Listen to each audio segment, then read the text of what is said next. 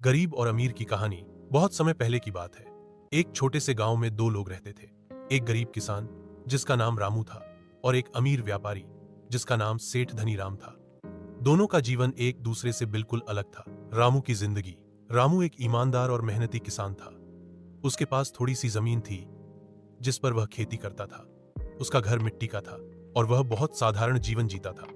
फिर भी रामू हमेशा मुस्कुराता रहता था और अपने परिवार के साथ खुश रहता था। सेठ धनीराम की जिंदगी। सेठ धनीराम के पास बहुत धन दौलत थी, कई दुकानें थी और बड़ा हवेली जैसा घर था, लेकिन वह हमेशा चिंतित और दुखी रहता था।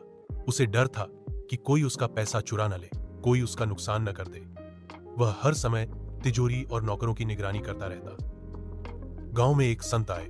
लोगों ने उन्हें आमंत्रित किया कि वे कुछ सीख दें। संत ने एक प्रश्न पूछा, इस गांव में सबसे सुखी व्यक्ति कौन है?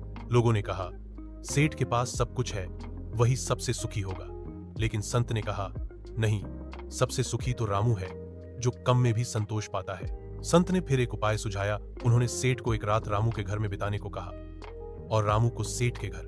परिणाम, रामू ने सेठ के आलीशान घर में भी चैन की नींद नहीं ली। उसे सब कुछ अनजान और भारी लगा। सेठ को रामू के मिट्टी के घर में पहले तो असहजता हुई, लेकिन उसने पहली बार देखा कि लोग एक दूसरे से प्यार करते हैं, हंसते हैं, बिना डर के जीते हैं। सुबह हुई और दोनों ने एक दूसरे से कहा।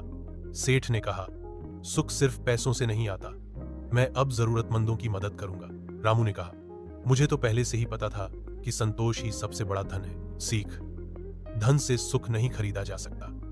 असली सुख संतोष, प्रेम और सरल जीवन में होता है।